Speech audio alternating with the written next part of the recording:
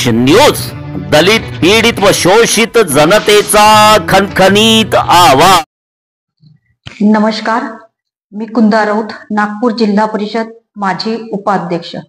आजचा माझा हा व्हिडिओ हा अत्यंत महत्त्वाचा आहे आणि महत्त्वाचा याच्यासाठी आहे की 2-3 दिवस अगोदर हिंगणा विधानसभेचे आमदार समीरजी मेघे साहेब यांनी विधानसभेमध्ये बोखारा ग्रामपंचायतच्या घोटाळ्याचा प्रश्न उचलला होता आणि त्या घोटाळ्यामध्ये माझं नाव गुंतवण्याचा त्यांनी प्रयत्न केला की 10 वर्षापासून आपण कोणत्या आमदाराला निवडून देत आहोत। समीर मेघे साहेबांनी विधानसभेमध्ये उचललेला प्रश्न क्रमांक 1। लक्षवेधी 4 समीर मेघे। लक्षवेधी क्रमांक 4। अध्यक्ष महोदय, वितरित केल्याप्रमाणे अध्यक्ष महोदय, माझ्या हिंगणा मतदारसंघामध्ये बोखारा ग्रामपंचायत आणि या ग्रामपंचायतीमध्ये अध्यक्ष महोदय 2023-24 मध्ये आम्ही चौकशी केली आणि या एका वर्षीमध्येच जवळपास 16 कोटी रुपयाचं मोठ्या प्रमाणे घोटाळा झाला अध्यक्ष महोदय। समीर मेघे साहेब, किती खोटं बोलानो। 23-24 मध्ये बोखारा ग्रामपंचायत मध्ये 16 करोडचा घोटाळा झाला असं आपण विधानसभेमध्ये मांडत आहे। समीर मेघे साहेब, 23-24 मध्ये बोखारा ग्रामपंचायत मध्ये सरपंच कोणाचा होता? आपलाच। बोखारा ग्रामपंचायत मध्ये बहुमत कोणाचं? आपलं। त्या विधानसभेमध्ये येणारा गाव बोखाऱ्यामधला तिथला आमदार कोण? आपण। मग एवढं सगळं असताना 16 करोडचा बोखारा ग्रामपंचायत मध्ये घोटाळा झाला कसा समीर मेघे साहेब? हा माझा एक पहिला प्रश्न। दुसरा प्रश्न की मिटी सॉफ्टवेअर कंपनी जी आहे कर आकारणीची, त्या कंपनीचं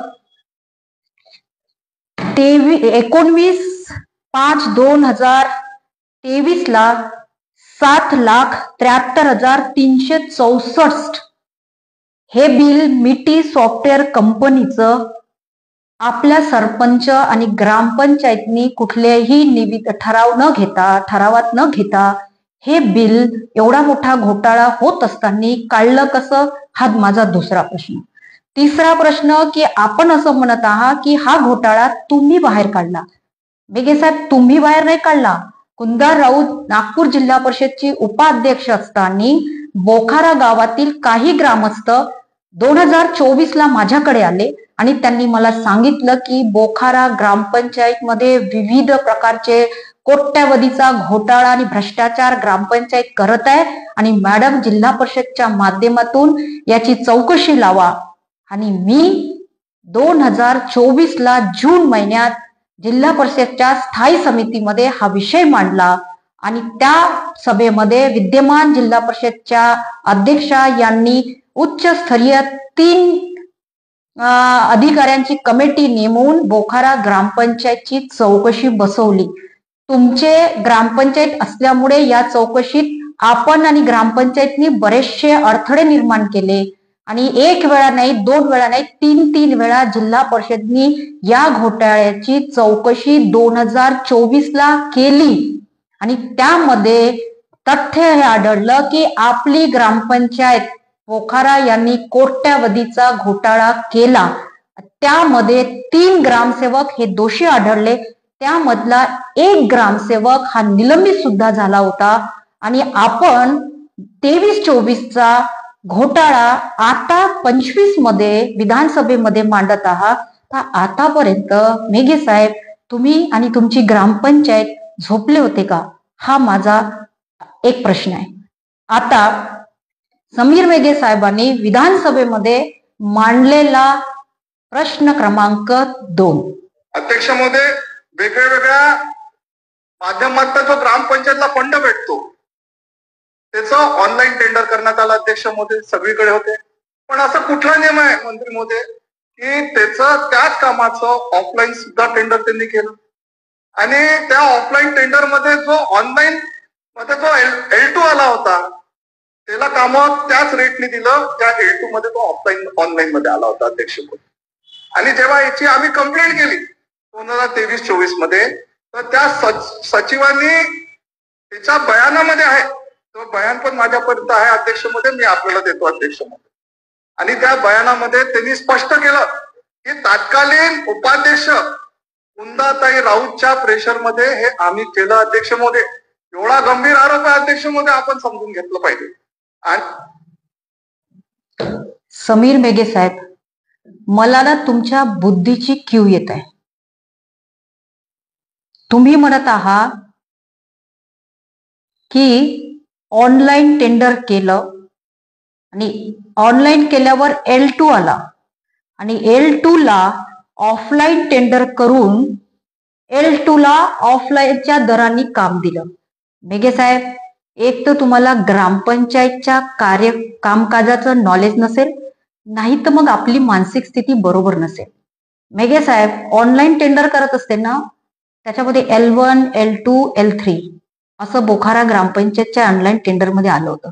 आणि त्याच्यामध्ये L2 ला नाही, तुम्ही जे L2 सांगत आहे ना, L2 ला नाही, L1 ला, आपल्या ग्रामपंचायतनी L1 ला त्याचं नाव आहे त्या ठेकेदाराचं राहुल डाकोळे, याला ऑनलाईन टेंडर दिलं. त्याचे कमी दर होते आणि त्याच कामाचं आपल्या सरपंचांनी, आपलं बहुमत असताना ग्रामपंचायतमध्ये ऑफलाईन टेंडर दुसऱ्या ठेकेदाराच्या नावाने केलं आहे. आणि त्याला 40-50 लाखाचा तर मला आकडा माहित नाही कितीचा आहे, पण त्याला त्या कामासाठी ऑफलाईन टेंडर केलं आणि त्याचे जे वाढीव दर होते त्या वाढीव दरांनी हा जो L1 चा राहुल डाकोळे नावाचा ठेकेदार आहे, त्यांचे एक्सेस बिल, करोडो रुपयाची बिल तुमच्या सरपंच आणि ग्रामपंचायतनी काढून दिले.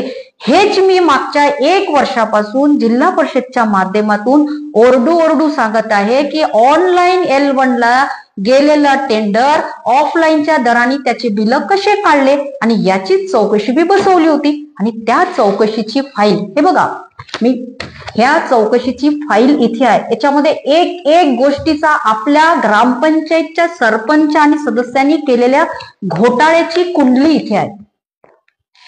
आता त्याच्यामध्ये तुम्ही म्हणत आहात की एका ग्रामसेवकांनी माझ्या नावे पत्र लिहून दिलं की कुंदा राऊतनी दबाव टाकला म्हणून मी केलं, असं तुम्हाला म्हणायचं आहे. बरं, ठीक आहे, ग्रामसेवकाने माझ्या दबावात केलं असं तुम्हाला म्हणायचं आहे. मग सरपंचांनी आणि तुमच्या ग्रामपंचायतनी ठरावामध्ये त्या ऑफलाईन टेंडरचा ठराव कसा घेतला हो मेघे साहेब? आणि ठराव घेतल्यावर हा जो करारनामा आहे की नाही ऑफलाईन टेंडरवाल्याला दिला, त्यामध्ये ग्रामपंचायत सरपंचांनी सही कशी केली हो मेघे साहेब?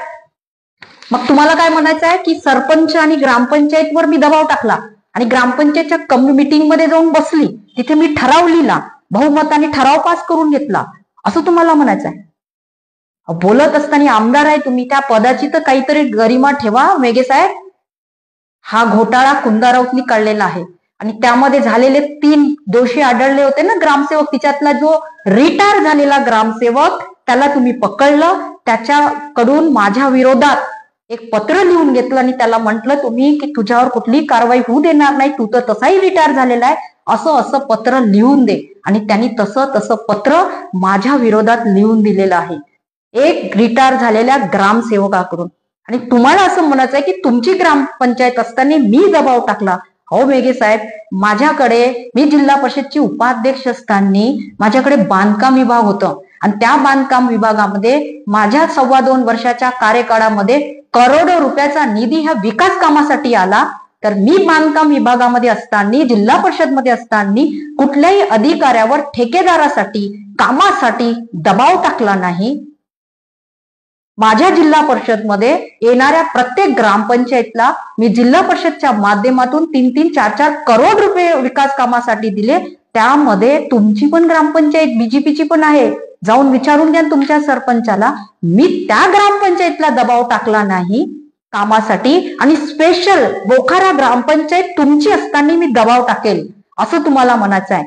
मेघे साहेब, मी शेतकरी श्यामदेव राऊत यांची मुलगी आहे आणि शेतकऱ्यांचं रक्त माझ्या अंगामध्ये आहे. माझे वडील राजकारणात पण होते, हे पूर्ण नागपूर जिल्हा आणि हिंगणा विधानसभेच्या जनतेला माहित आहे. माझ्या वडिलांनी राजकारण पैसा कमवण्यासाठी आणि सत्ता भोगवण्यासाठी हे मला असे संस्कार नाही दिले. सत्ता, पैसा, पार्टी बदलवणे हे सगळे तुमचं काम आहे, कुंदा राऊतचं नाही आहे.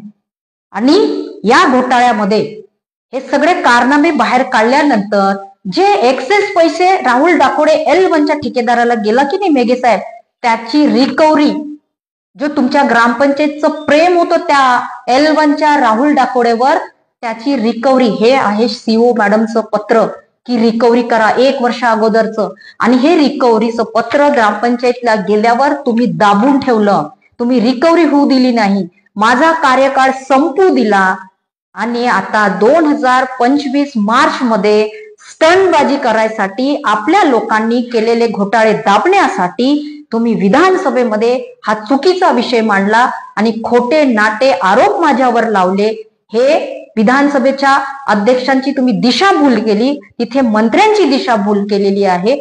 तुम्ही घोटाळे नाही काढले, कुंदा राऊतनी घोटाळे काढले. आणि या 1 वर्षाच्या बोखारा ग्रामपंचायतच्या घोटाळ्याची लढाई लढत असताना 2025 मध्ये जर या प्रकरणाला, तुम्ही दाबलेल्या प्रकरणाला जर कोणी जिवंत केलं असेल तर या जिल्ह्याचे पालकमंत्री चंद्रशेखरजी बावनकुळे साहेब यांनी 2025 ला हे प्रकरण जिवंत केलं.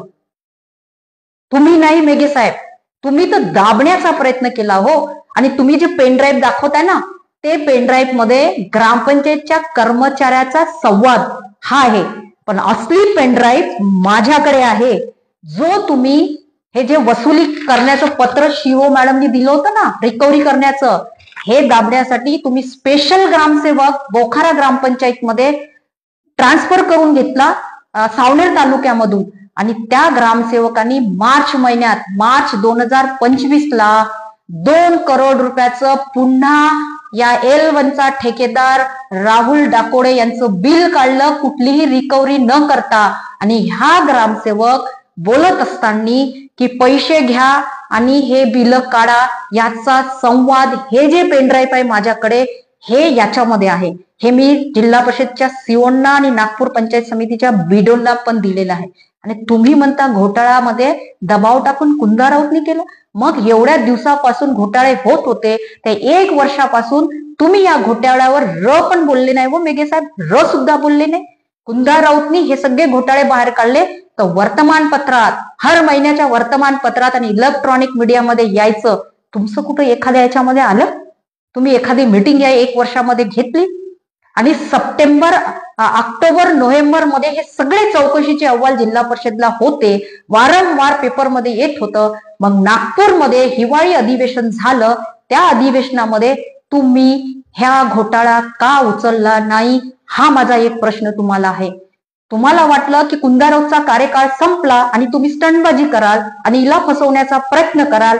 तुम्ही किती फसवण्याचा प्रयत्न केला तर तुमच्या लोकांनी केलेल्या घोटाळ्याची ही जी कुंडली आहे, मी उपाध्यक्ष असताना ही फाईल माझ्याकडे मी अगोदरच आणून ठेवलेली होती. मला माहित होतं तुमची स्टंटबाजी काय राहणार आहे. माझ्यावर षडयंत्राचं करण्याचा प्रयत्न करून तुम्ही जर माझी आवाज दाबवण्याचा प्रयत्न करत असाल ना मेघे साहेब, तुम्हाला असं वाटत असेल की कुंदा राऊतचं नाव विधानसभेमध्ये घेतलं तर ती शांत बसेल. नाही, कुंदा राऊत शांत नाही बसणार. कुंदा राऊत जनतेच्या या घोटाळेबाज करणाऱ्या ग्रामपंचायती असो की लोकांवर होणाऱ्या अन्याय अत्याचार असो, याची लढाई कुंदा राऊत सतत लढत राहील. त्याकरिता कुंदा राऊतला पदाची आवश्यकता नाही, पदाची, सत्तेची आवश्यकता हे तुम्हाला आहे मेघे साहेब. जो चोरी करेगा वो डरेगा. कुंदा राऊत ने चोरी की नहीं, वो डरेगी नहीं, वो लड़ाई लढेगी और अंत तक लढेगी.